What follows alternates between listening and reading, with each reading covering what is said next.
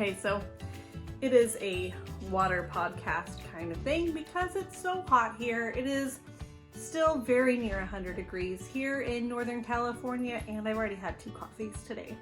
So, coconut pineapple, these are good and gathered from Target. They are so good. All right, let's get started. I'm gonna put this next to me and hope that it doesn't spill. Okay, thanks you guys so much for joining me today. It is Monday, August 5th. Monday, August 5th. Thanks for returning if you guys are a return viewer, and if you're new here, thanks so much for giving me a chance. My name is Laura and I am the owner and curator of all things Back Porch Fiber Co. I design patterns, I put together stitch markers, I hand make stitch markers, progress bags, all kinds of stuff. So if you're interested or need any notions, accessories for your knitting and crochet, head over to my shop, backporchfiberco.com, or you can also check me out on Etsy. All that information will be below. If you need to get a hold of me, best way to do that is through email or Instagram. Instant message is also a great way to get a hold of me too. I do see every comment that you guys leave here on YouTube.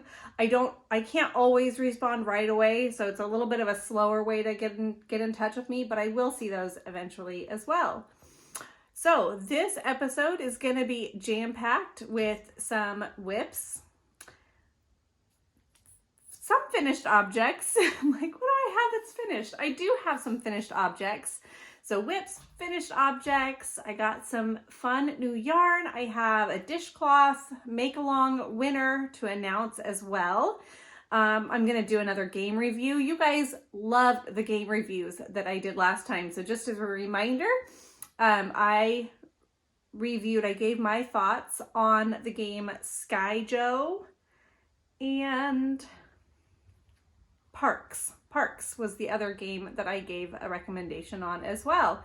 I have a couple new games that I'm going to recommend in this episode as well. And I'm loving that you guys loved that new edition, but it is so true to me and to who I am. We play games constantly here, constantly.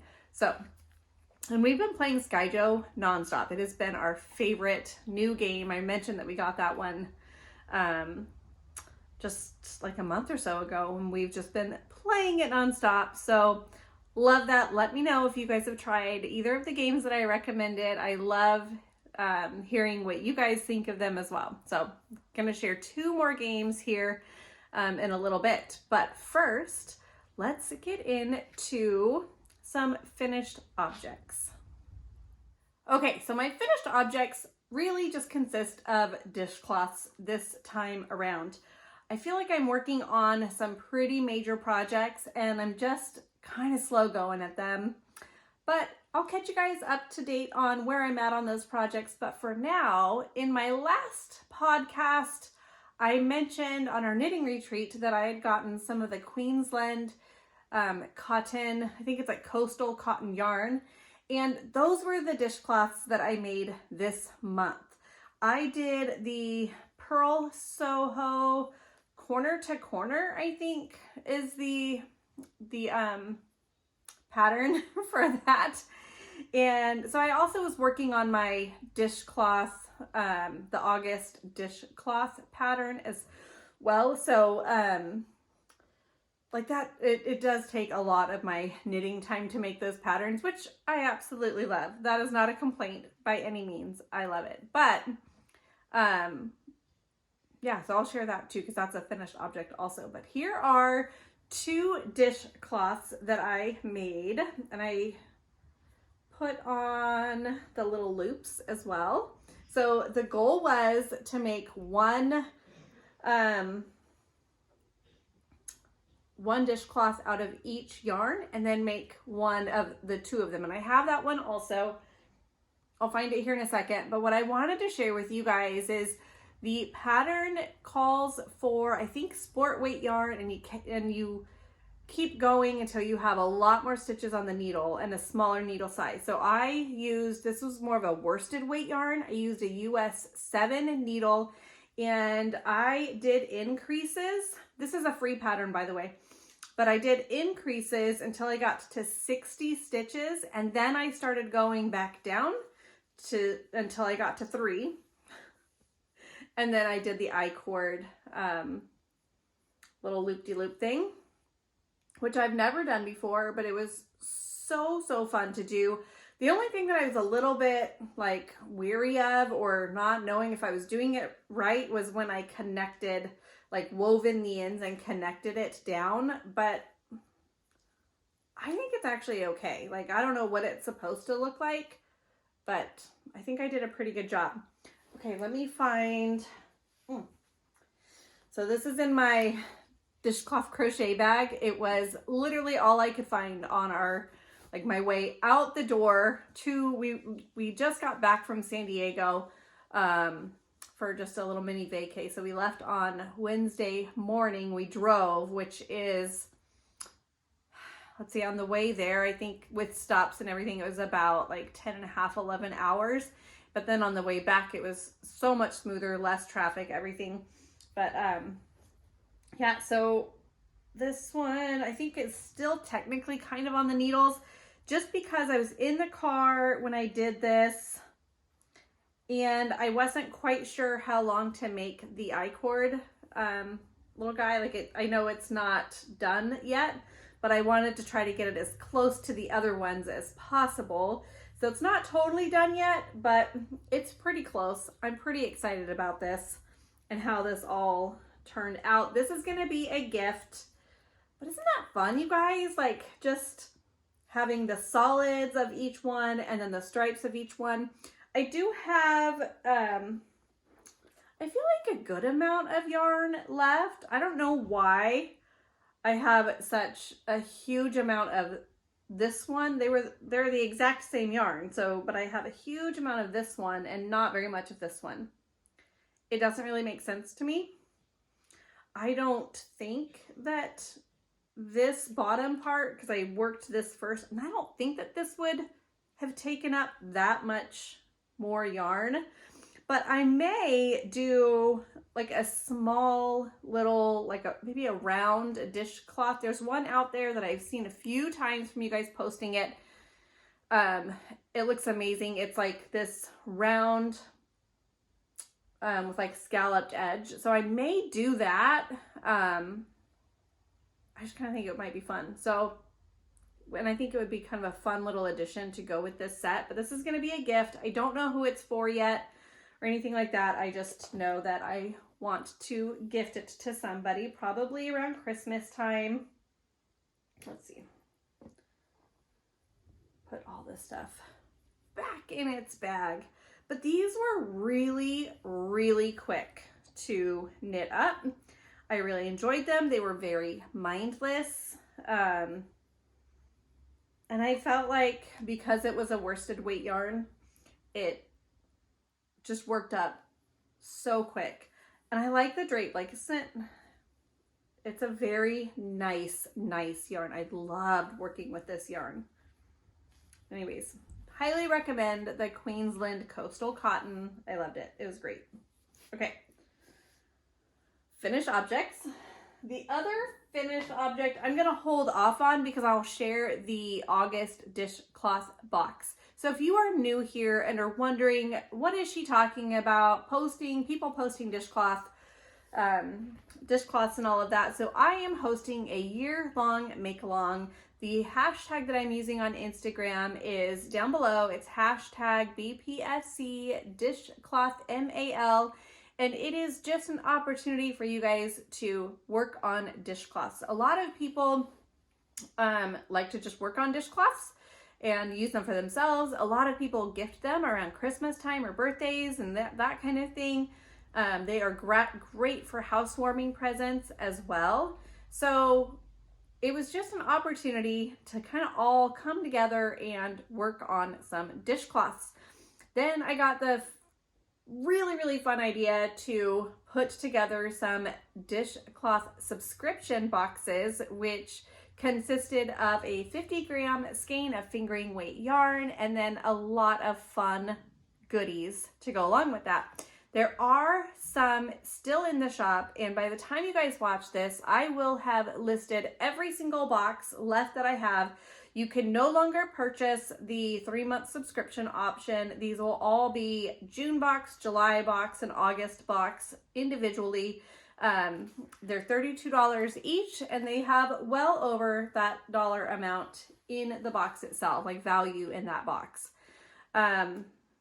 They were so fun to make, you guys, and a lot of you guys have given me, like, sent me messages telling me that you are sad that you're not going to be receiving any more boxes. So I will tell you guys some of my plans that I have for the rest of the year. I have 3 different really fun ideas that I wanted to share with you guys. They're still kind of in the process, but I wanted to get your take on them. And yeah, just get some input from you guys, because I want to put things in my shop, not only that I love, but that you guys love as well. So I'm always looking for feedback with that as well.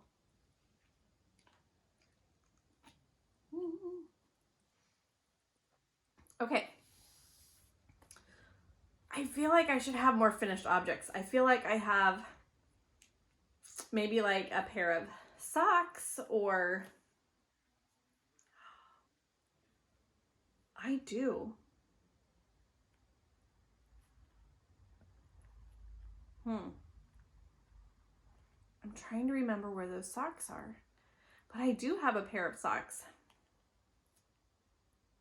I think they're like literally right over here. Hold on.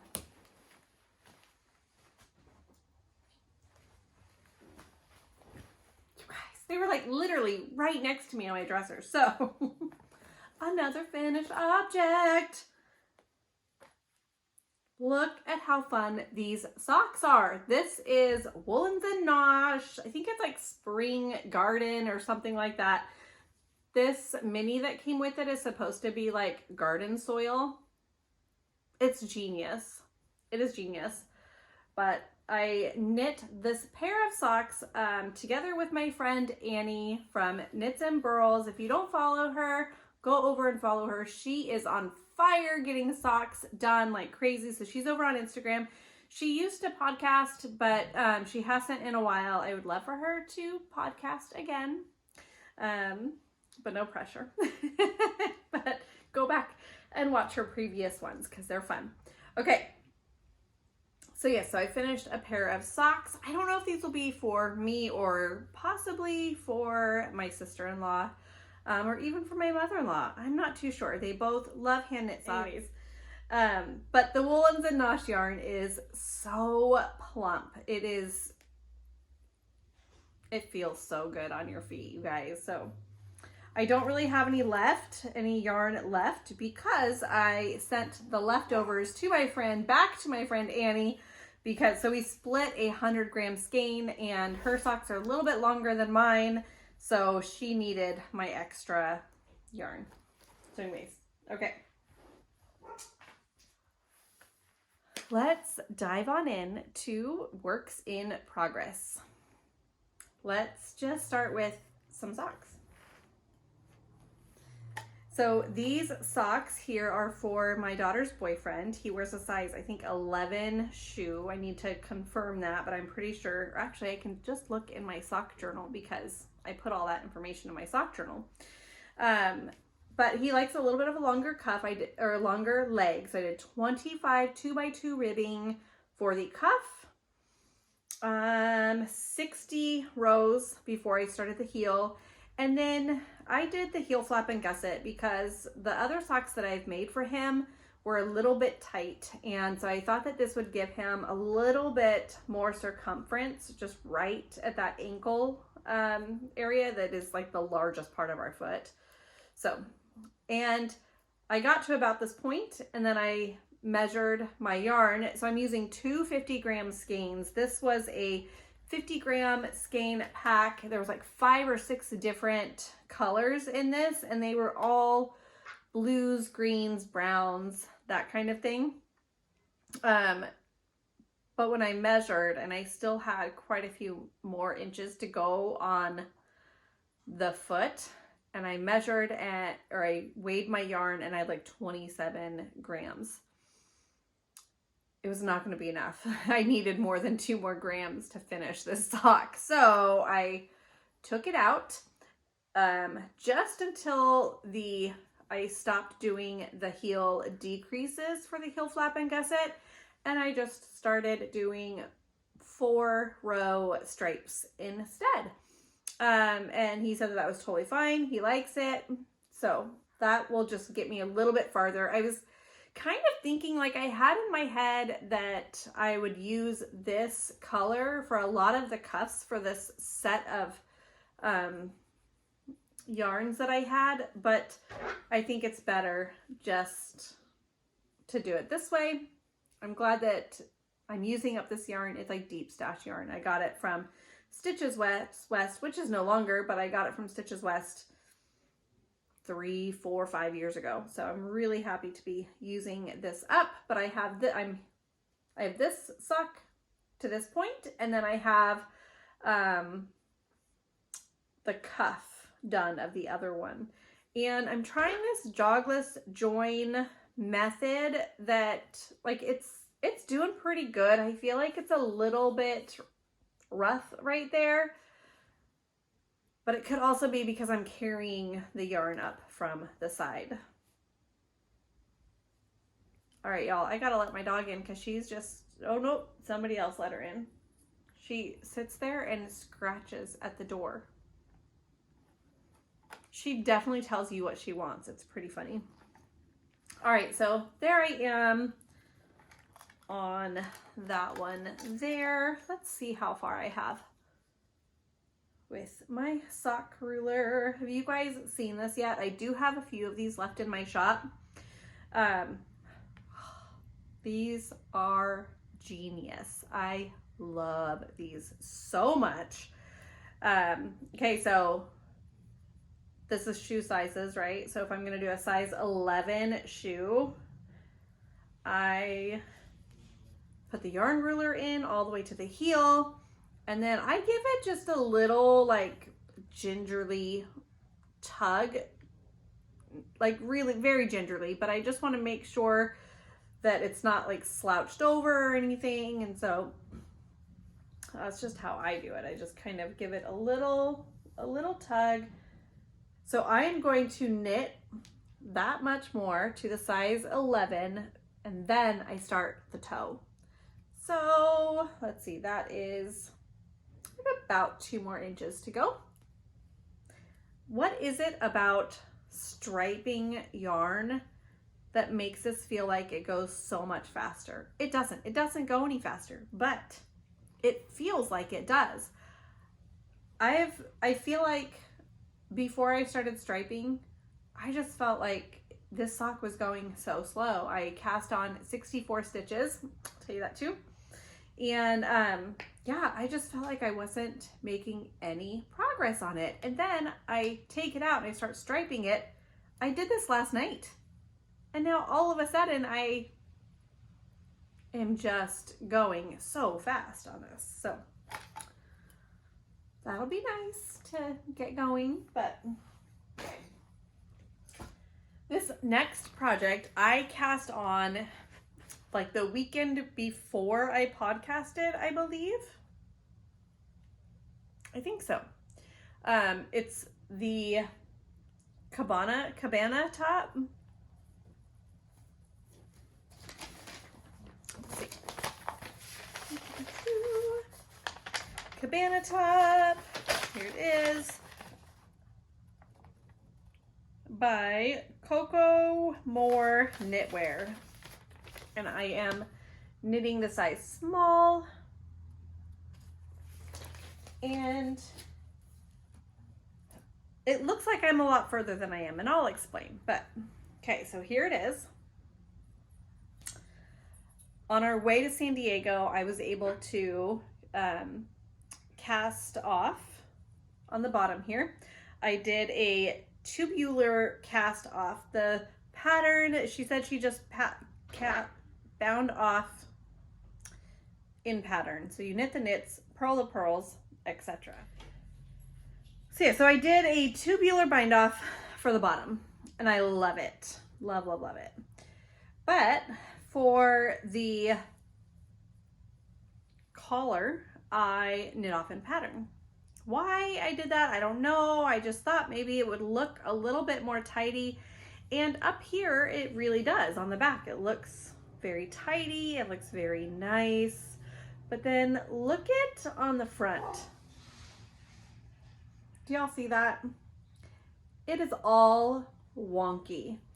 And it just feels big. So I think I'm going to take it out, take a row out of the collar as well. So I think I knit 4 rows of 1x1 ribbing. So I think I'm going to take it down to 3 and then do a tubular on it. So I've like the yarn is still attached and everything. So I'm just going to do that.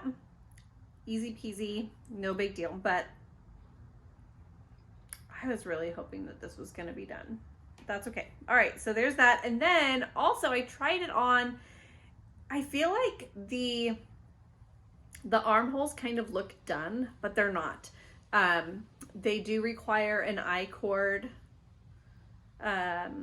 border, an I-cord edging there, which I think will be great because it will give it more structure when you're wearing it. Because right now when I tried it on, like it comes way down on the side, like, and I just think that it will give it a little bit more structure right here, because I don't want to show my bra. So I think that that'll really help that, because it's tempting just to let it go as it is because it does look finished on the armholes, but the I-cord edging I think will be like even better. So I've made so much progress on this. It's been a methodical, enjoyable pattern to knit, but then it's also one of those that just feels like it's taking forever to knit all at the same time. So I'm happy to have this almost done and almost in my wardrobe. All right. I feel like there are just so many noises here. My son has a friend over. My daughter's boyfriend and brother will be here probably pretty soon. My husband is working on our chicken coop out in our backyard because while we were gone in San Diego, a raccoon got in again. This is the fourth chicken that we've lost to a raccoon. I'm glad that it happened only on the last night that we were away. It's like our house sitter, like, she didn't do anything wrong. It's the raccoon literally tore apart one of our nesting boxes.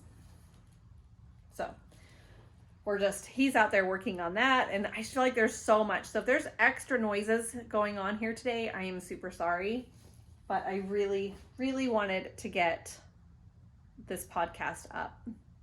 Okay, next. If you love this bag like I do, you can find these in my shop on backporchfiberco.com. I love this bag. I love these sheep. They're little watercolor sheep. They're so fun. I have them on smaller bags too. Okay, this here is the Pink Fizz by Andrea Mowry.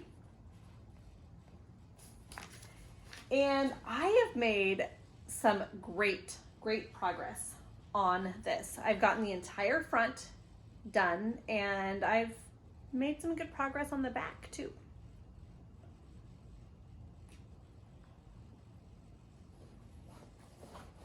Okay, the yarn that I am using for this is the Fiberco Erin Moore Light. It's a Donegal Heritage.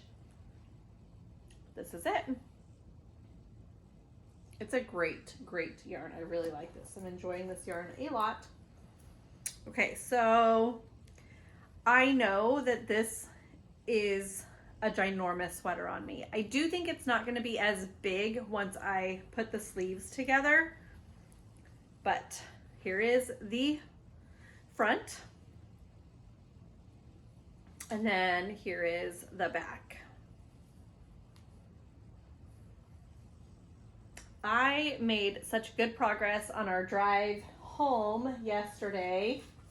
I don't have my chart with me, but I think I did probably like a good 10 to 15 rows on this. And this is lace work, you guys. Every row there is lace work to do. Right side, wrong side. And so when you're on the wrong side, because I was working in the round, but when you split the top, you then start working back and forth. And so I just feel like my brain is playing like this mental gymnastics game where it's, you know, you're thinking, okay, am I purling two together? Am I purling two through the back loop? Wait, I start reading it from right to left, which is how you read chart patterns, but when you're on the wrong side, you're reading left to right. Yeah, so I know that there are mistakes in this, but I'm so okay with it. Any mistake that would have been made would be like, instead of purling two together, you're purling two through the back loop or vice versa. So I'm not too worried about that at all. With all the detail lace work, you will never be able to know. So I have no idea when this will be done. It's one of those things that I know is going to be on my needles for a long time, and I'm just okay with it. It's a fun project when I just want to sit down and focus.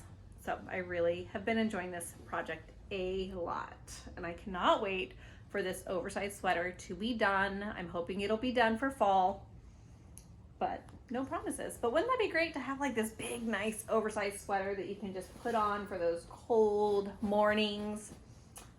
Yeah, definitely looking forward to that. Okay. And the last project that I'm going to share, I showed a start of it last time. I don't know how much progress I've made since I showed you last, but this is the Stevie blanket. It is a crochet blanket. And the most intriguing thing about this is the yarn that I am using. It comes on cones. It is Meridian Special Yarns. Got this on Etsy. The last time that I podcasted, their shop was closed, but I'm pretty sure that it's back open. So I will relist their link. Yeah, so this is a super, super soft yarn. It is meant for baby blankets. It's machine washable, super easy for baby gifts. So, and I am making this for a very special someone who is pregnant and cannot wait to be able to give it to her. So anyways, okay, there's that one. Oh, I am using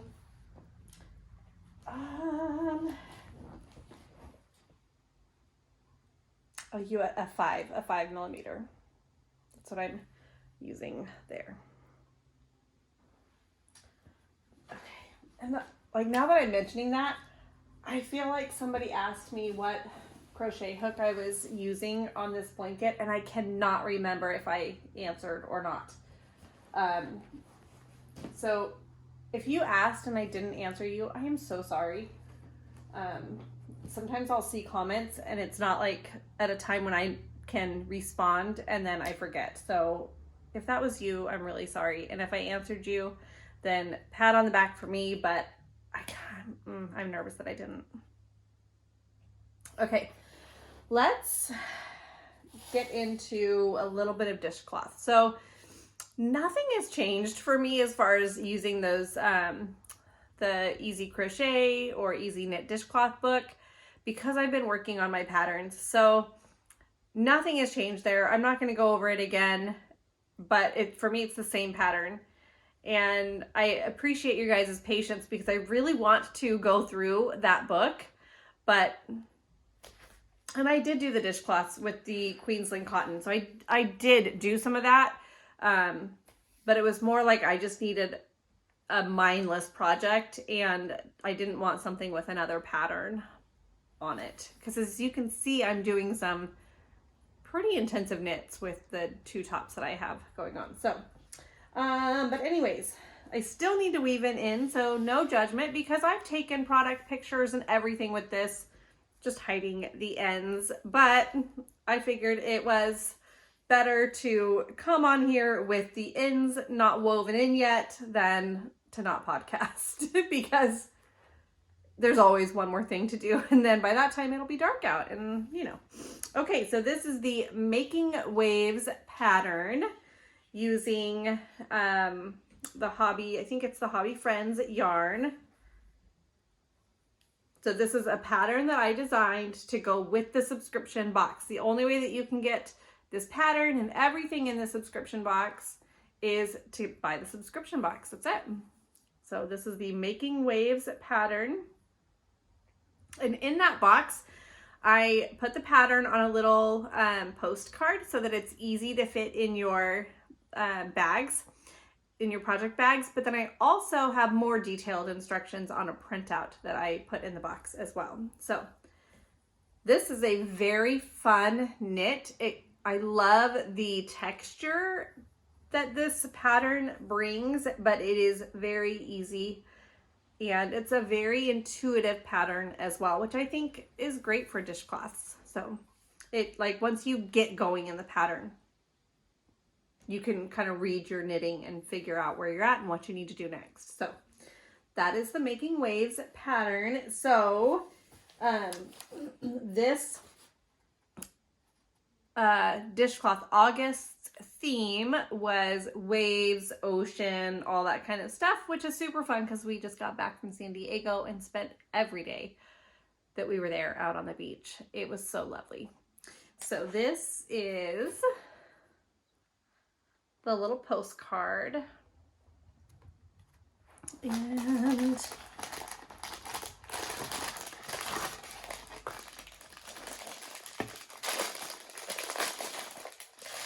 I put in here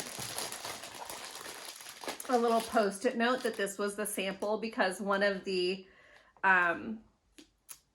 tape measures that was in here is broken, and so I didn't want somebody to accidentally get this one, so I'm gonna take that out. But this is how it came. So let me just open it up for you guys. The yarn, and the stitch markers. Aren't those adorable, you guys?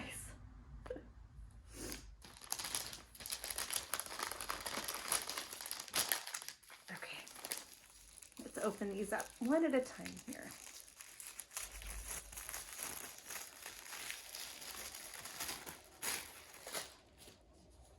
This is the tape measure. This one doesn't seem broken, but it just wasn't going in very well.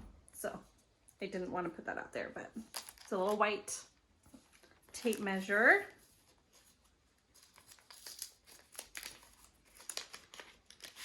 And a progress keeper.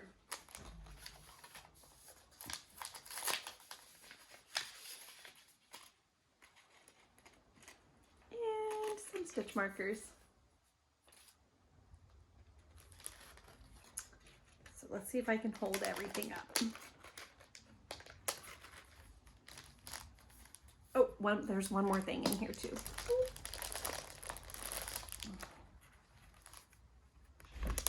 Okay, so there's all of that. And then as a bonus, and I say it's a bonus because, like I said, everything in these boxes you can't buy in my shop. I purposefully made these subscription box only items. Like, you will see stitch markers in my shop, but not in this formation, not with these colors. So you will see needle stoppers in my shop, but not these specifically. So the other thing that I did add in there, and this is why it's a bonus, is because it is in my shop, but it was a bonus above and beyond all of this, is one of my pattern trackers. So these are Post-it notes. There's 50 Post-it notes in here. It's a 3x4 size.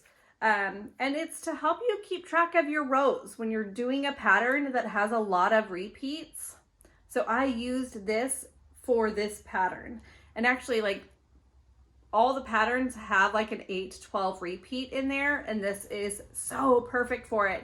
So I just, instead of writing up on my pattern all the time, I just put a little post-it note on there, and then it makes it so much easier to keep track of my pattern. When I step away, walk away, I come back and I know right where I am at in my pattern with these.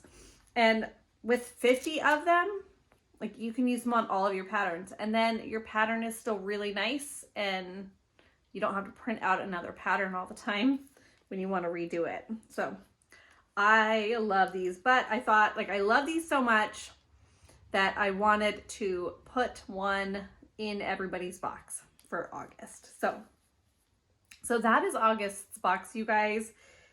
This has been so fun to curate these boxes for everybody and just to coordinate everything. I have enjoyed this so much, and just the comments that I've been getting from everybody, seems like you guys have really enjoyed it as well. So here are a couple thoughts that I had.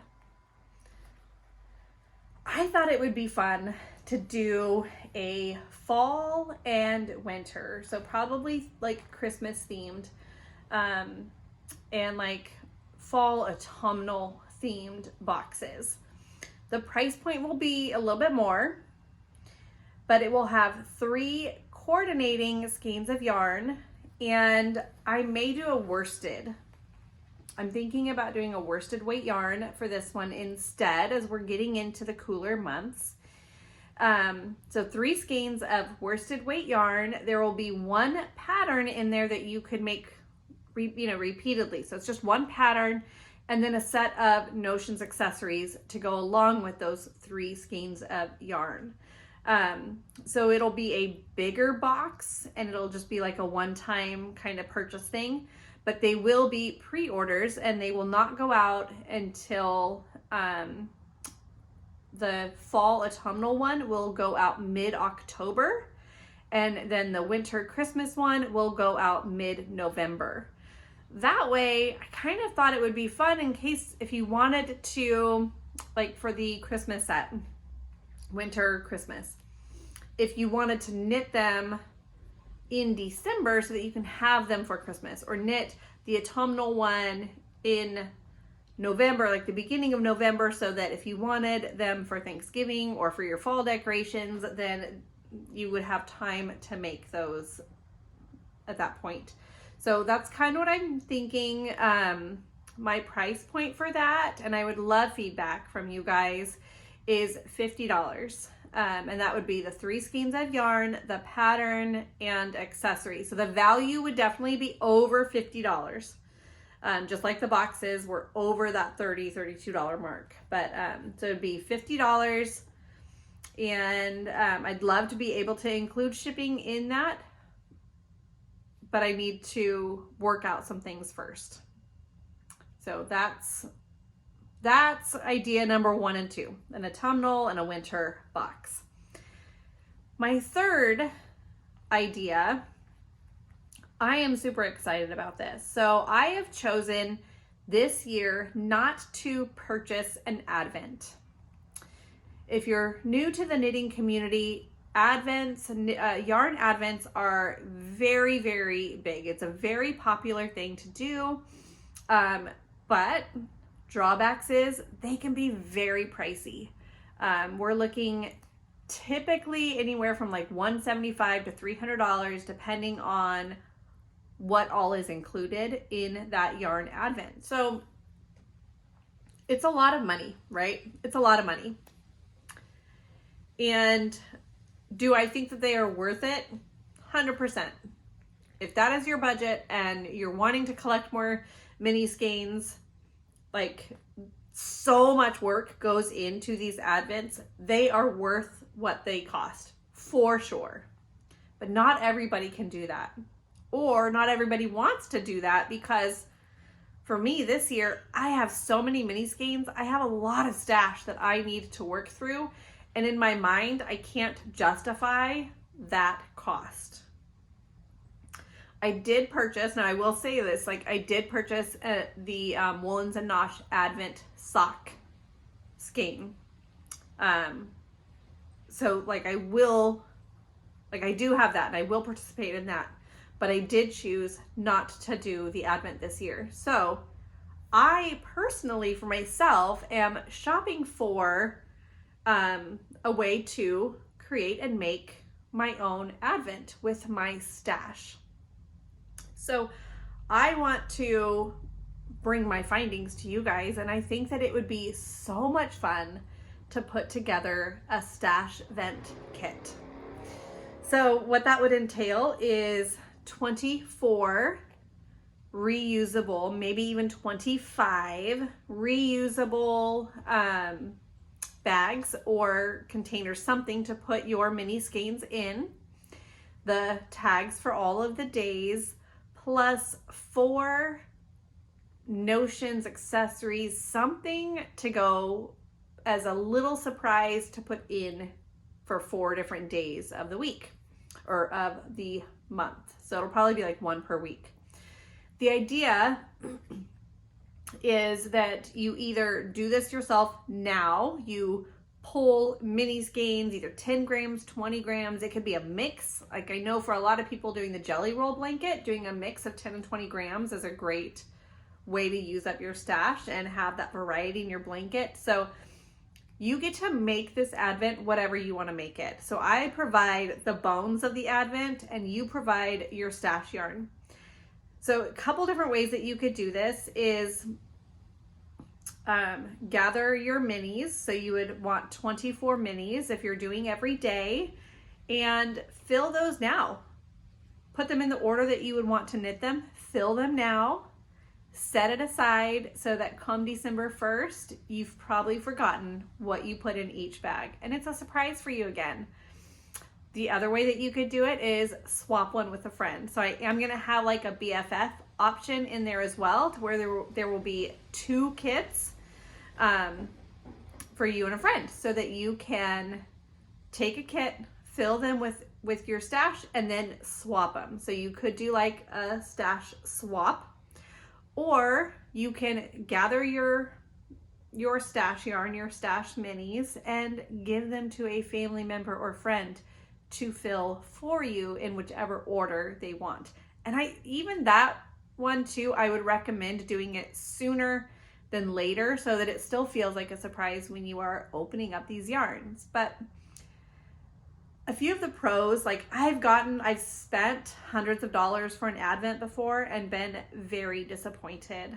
And I will not name names, but I was just disappointed. There were like 2 main colors of this Advent that just kind of rotated between themselves, and I just didn't love it. It was hard to get excited about it. I actually opened up all of the yarn. Like once I started seeing these colors repeat themselves, I'm like, no, this cannot be the entire Advent. And so my friend and I, we just FaceTimed and just opened up all of them together, and it was disappointing. So I will say though that most Advents are not like that, but some are. So that next year I did my own Advent myself because I didn't want to be disappointed. And it's so much money, you guys. It's so much money. So it's one way to do it, to create your own. But in my journey here of trying to figure out how I want to put this together, it's a lot of work to find everything that coordinates together, find the little special gifts that go in them. And I thought, like, okay, I would love to just buy this. I would love to, if somebody out there like had this stash vent, fill your own Advent kit, I would buy it because I think it's such a genius idea. I think that if I'm looking for it, there are other people out there looking for it too. So let me know. do you want me to put together a stash vent for you? Two options. One would be a single, one would be a double. The double would be heavily discounted. Reusable bags. And then what I'm thinking for next year, if you want to do another stash vent and you already have the bags, I would sell like an add-on with new notions that you could pop in there. So you are getting a little bit of a surprise, but the price will be greatly, greatly less than if you were to buy an advent for yourself, a yarn advent for yourself. Okay, I hope that I've explained myself well enough to where you guys can give me feedback on it. But I'm gonna start shopping for some of this stuff tomorrow. Tomorrow I have a huge admin day where I'm probably gonna be currently like editing this podcast and doing some shopping for different things. So I really am wanting to know what you guys think of these ideas. And if you're willing, I would love to know what you guys would be willing to spend for something like that. I have a price point in my head, and then what I do from there is like, okay, I would spend X amount of dollars for a product like this, and then I will start finding notions or making notions that fit into that budget and bags and all of that. So I know some people will go the opposite way and figure it out and then charge a certain price. But for me, I work a little bit backwards. I know what I would spend for something of this nature. And so then what can I bring to the table for that price point kind of thing? So anyways, I hope you guys are super jazzed about that idea as well. But if not, let me know that too. If you're like, yeah, I don't see the point in this, that's okay too. Like, I'm looking for honest feedback here, honestly. So, okay. Let's see. I have not picked a winner yet, but I will film that in a little bit. I'm going to go say hi to my son's friend and hang out with them for a little bit. I'm sure they're playing video games and probably don't want me to hang out with them, but I'm still going to go harass them a little bit. Yeah, I think that's it, you guys. Oh my gosh, that's not it. Game reviews. You guys are going to just let me walk away without game reviews. Game reviews.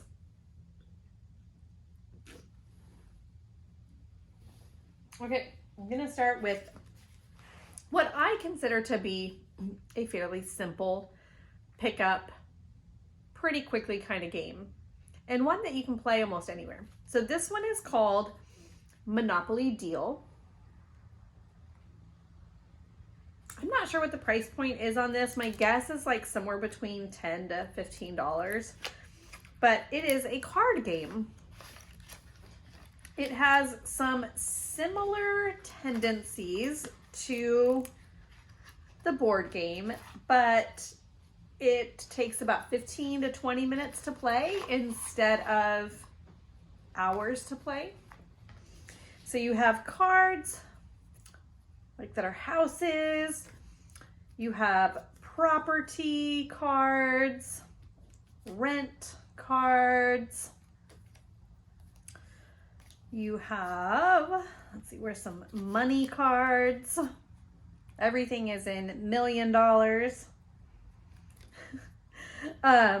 You have, yeah, so the goal is to basically get 3 sets, and it goes pretty quickly because, as I just showed you guys, there are like where did it go? I don't know. There's a lot of wild properties as well that can be like this or that. While money doesn't matter too much, really, like as soon as you get your 3 sets of properties, the game is over. Having money can secure your properties, but it doesn't really matter how much you have at the end, but you do want to get some money. So You start out with 5 cards in your hand. You can never have more than 7 cards in your hand, and you can play up to 2 or 3. I can't remember. You can play 2 or 3 cards. You can play 3 cards per turn. And at the end of your turn, you can have no more than 7 cards in your hand. So you start with 5, you draw 2, you play 1 to 3 or 0 to 3 cards. And if you've played all your cards and you have more than 7, then you have to either play some or get rid of them if you've already played your 3. But there's opportunities for stealing your sets, for stealing your cards. Sometimes you are forced to swap cards with people. I'm sure you could, but we don't really like barter like we do with Monopoly, which, I mean, that can take a long time. So we don't barter at all. You know, we don't be like, okay, how about I have Connecticut, you have states, can we swap? There's none of that. But there are cards where it'll say forced deal, and you forcefully swap properties with somebody, but it's not mutual. It's not a mutual agreement. It's just, it is what it is, right? Let's see, I'm trying to find those, but I mean, like, they have your railroads and everything. It's a pretty quick game. It is fun. Maybe watch a video on it, you know, like just to get the play of the game. But I do really think that it is easy to pick up. So this is a great card, Deal Breaker, where you get to pick somebody's entire set. They can stop it. There are like just say no cards as well. There's this here. This is a slide deal where you just get to steal a property. But then there's also cards, like I just said, like where you can stop it and say no. But if you have to pay a rent and you don't have enough money, but you have properties that are not in sets, then they get your properties. So that's where money can come in handy. But anyways, it says ages 8+. My kids were definitely playing this before age 8.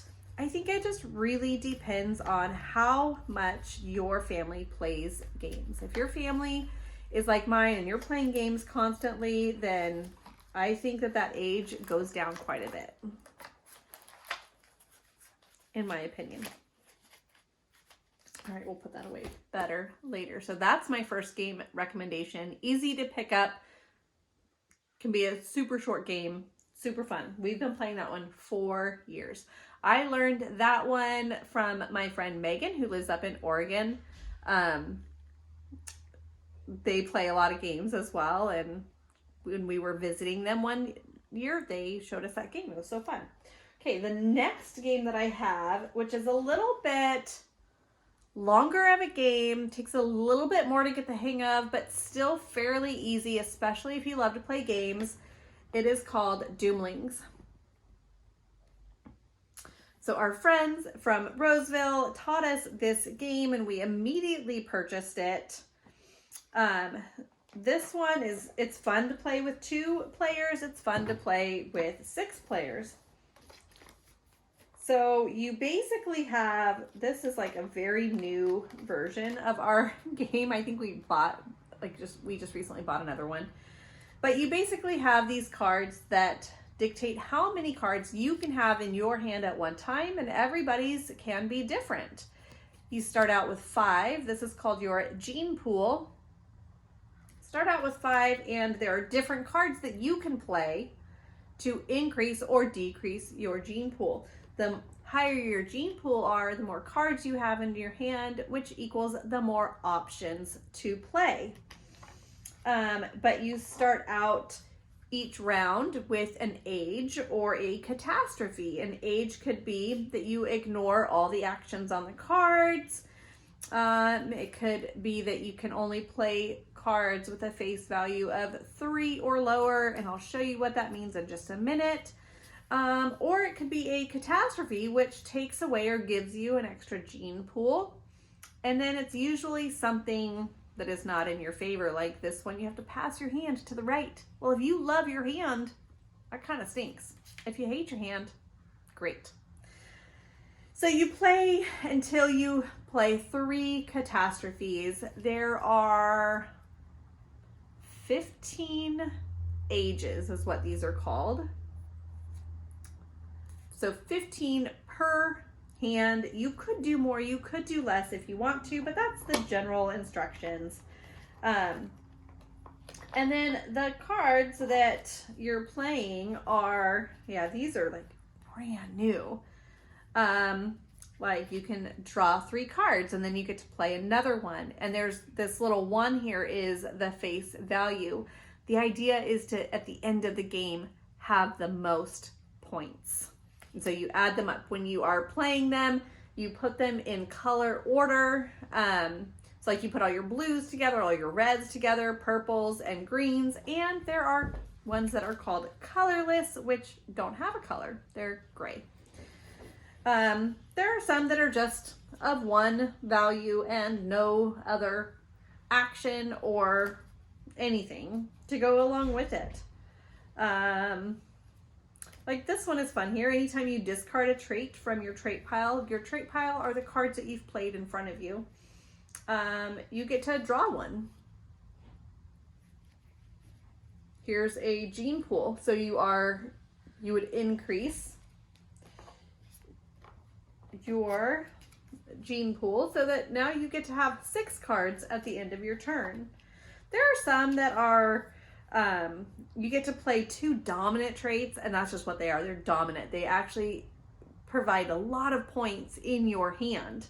So like this one here, you get at the end of the game, you get another point for every pair of colors that you have. So if you have 2 purple, like for every 2 purples, every 2 reds, every 2 greens, every 2 blues, you get an extra point at the end of the hand. That's what dominants do. They typically give you a little something extra at the end of the round, or just provide you with a lot of points too.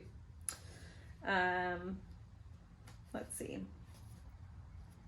Like this is fun. Value is equal to the number of cards that are in your hand at the end of the game. So you go around, you play these cards according to the rules and regulations that are given to you by the ages, by these little ages here. And you go around till you have gone through all of your ages, and then the game is over and you add up points. This is a game where you can really stick it to your opponents.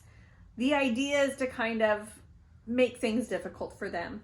So some of these cards might tell you to steal a red card from an opponent, or at the end of the game they have to discard a certain color or whatever. There's so many ways to stick it to your opponents, and that's kind of what makes it fun. That's what my family really likes to do, is we just kind of like to hose each other, and we're pretty competitive, so it just helps us win.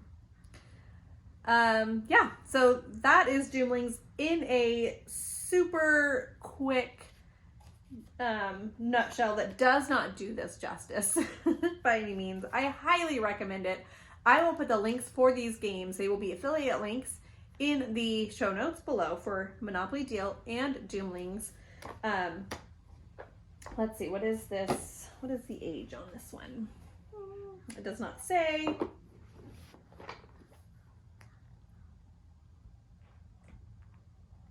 I'm not sure. I'm going to read you the description on here because it is so funny. So it says, somewhere on a doomed and distant planet, life has emerged, competing for dominance until the world's inevitable destruction.